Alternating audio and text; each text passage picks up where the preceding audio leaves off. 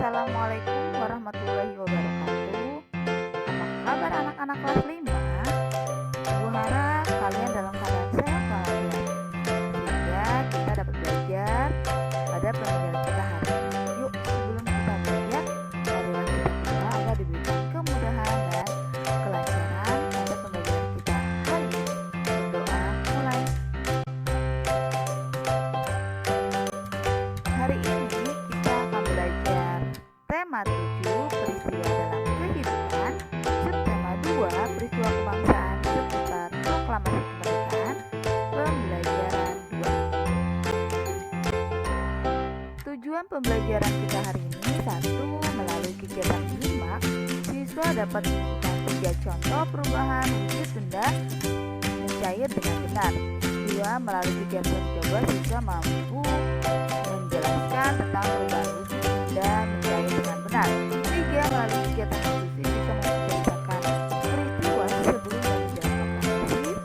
4. Melalui kegiatan menyimak video, siswa mampu menyebutkan jenis tarian dan pola lantai dengan benar. Pagi itu, Benny dan Ayah sedang berada di kebun cengkeh milik Parti. Kemudian terjadilah percakapan antara Benny dan Ayah. Ayah, tadi sewaktu kita beratang, di daun-daun cengkeh dan rerumputan terdapat titik-titik air. Kemana pergi titik air itu? Mengapa sekarang tidak ada lagi? Ujar Benny. Itu namanya embun. Tadi ketika kita datang masih pagi, jadi masih banyak kita jumpai embun di dedaunan. Sekarang sudah siang. Embun itu menguap terkena sinar matahari, jawab Ayah. Peristiwa ini disebut penguapan. Proses penguapan embun terjadi dengan bantuan energi sinar matahari dan angin.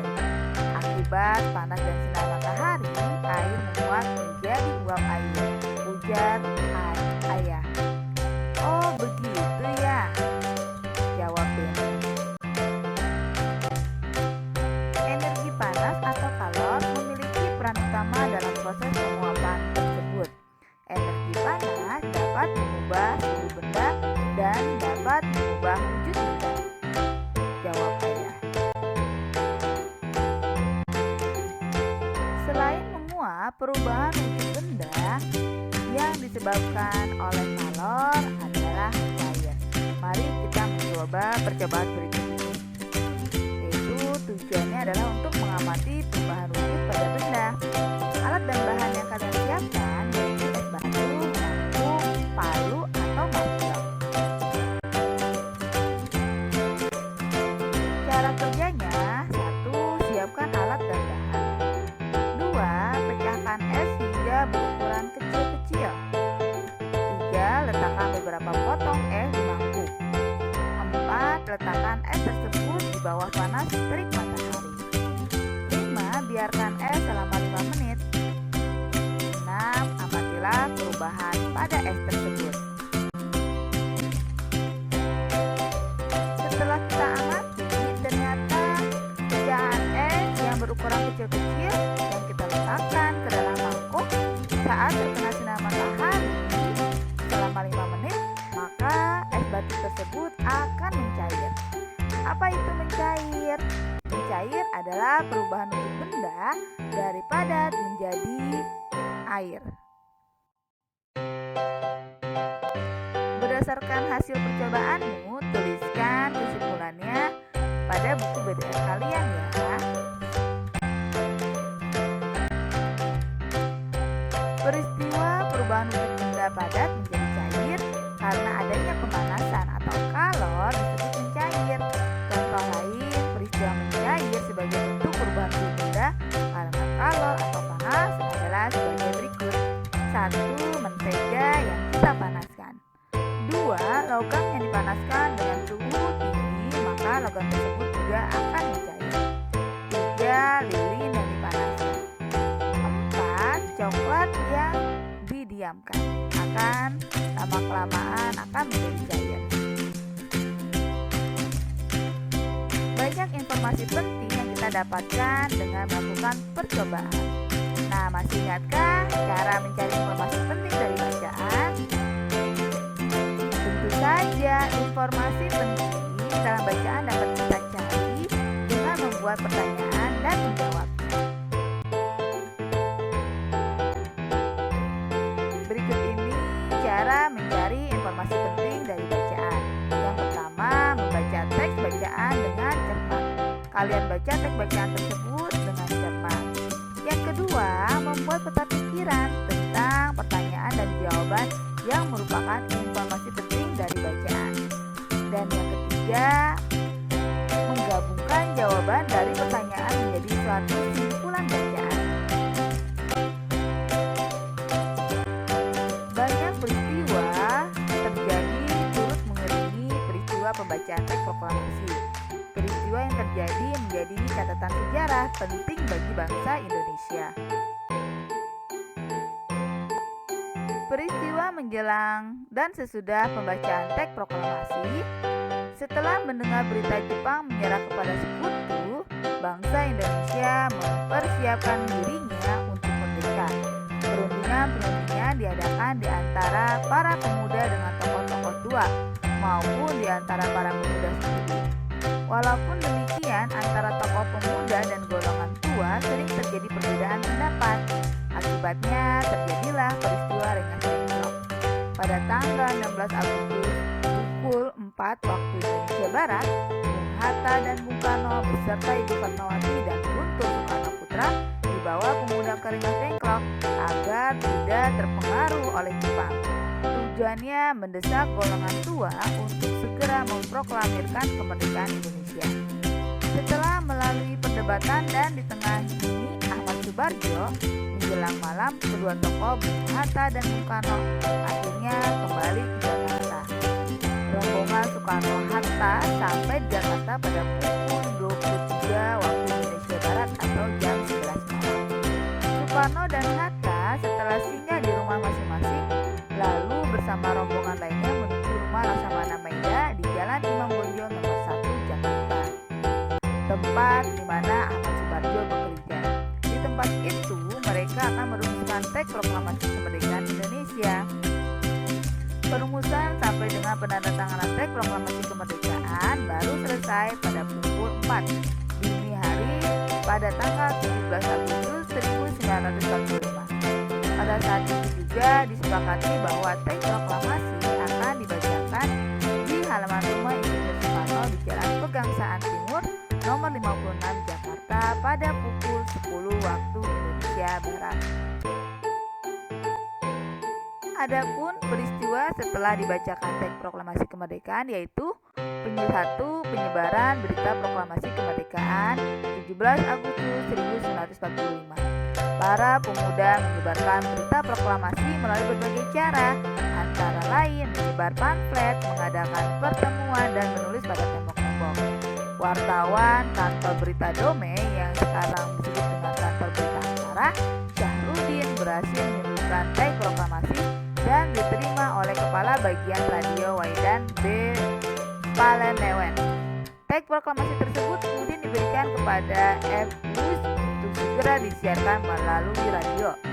Berita proklamasi kemerdekaan Indonesia juga disebarkan melalui beberapa surat kabar. Harian Suara Asia di Surabaya adalah koran pertama yang menyiarkan berita proklamasi. Pihak pemerintah Republik Indonesia juga menugaskan para gubernur yang telah dilantik pada tanggal 2 September 1945 untuk menyebarluaskan berita proklamasi kemerdekaan Indonesia di wilayahnya. Peristiwa yang kedua yaitu sambutan rakyat di berbagai daerah terhadap proklamasi kemerdekaan Indonesia. Peristiwa penting yang menunjukkan dukungan rakyat secara spontan terhadap proklamasi kemerdekaan Indonesia antara lain sebagai berikut. 1. Rapat raksasa di lapangan Ikada, Ikatan Atlet Jakarta pada tanggal 19 September 1945 menyambut kemerdekaan. 2. Usaha menegakkan kedaulatan juga di berbagai daerah dengan adanya tindakan heroik di berbagai kota yang mendukung proklamasi kemerdekaan Indonesia, antara lain di Jakarta, Semarang, Surabaya, Aceh, Bali, Palembang, Kalimantan, Bandung, Makassar, Lampung, Solo, Sumatera Selatan, dan Sumbawa. Berdasarkan teks bacaan tersebut, silakan kalian jawab pertanyaan berikut.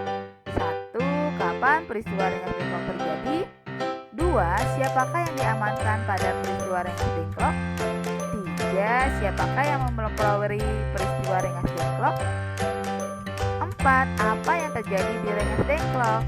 5. Apa tujuan peristiwa Rengas Dengklok? Dan 6. Apa hasil kesepakatan pada peristiwa Rengas Dengklok? Silakan kalian jawab di buku BDR kalian ya. Gerak tari adalah serangkaian gerakan indah dari dalam tubuh manusia.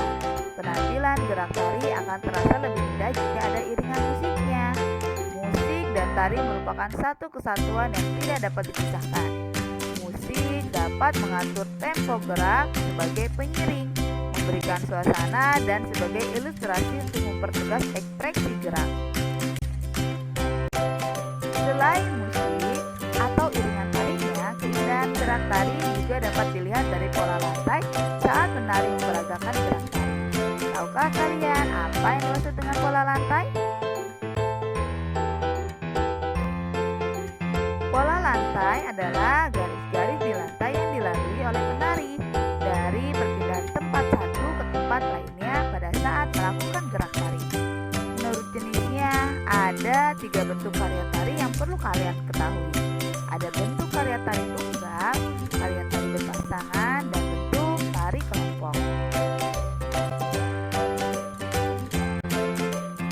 Karya tari tunggal adalah bentuk karya tari yang dilakukan sendiri. Nah, kalian perhatikan ya pola tari tunggal seperti ini.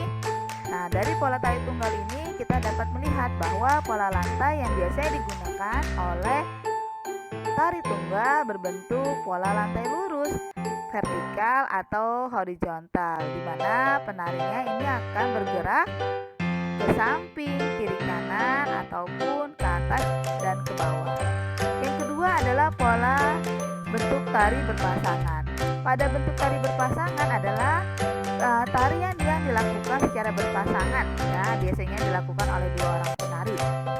Nah, kalian perhatikan pada pola lantai tari berpasangan, ini pola lantai yang digunakan adalah pola lantai diagonal, di mana penari pria berada di belakang penari perempuan, sehingga terbentuklah seperti menyerupai garis diagonal. Yang terakhir adalah tari berkelompok. Bentuk tari berkelompok ini biasanya dilakukan lebih dari 2 orang, ya. Tari berkelompok yang terdapat pada gambar ini memiliki pola lantai jenis yang melingkar. Nah, tugas kalian silahkan kalian berdiskusi dengan teman kalian ataupun dengan keluarga. Yang pertama, apa perbedaan bentuk karya tari tunggal, berpasang, dan kelompok? Yang kedua, bagaimanakah pola lantai pada karya tari tunggal, berpasangan, dan berkelompok? Selamat mencoba ya.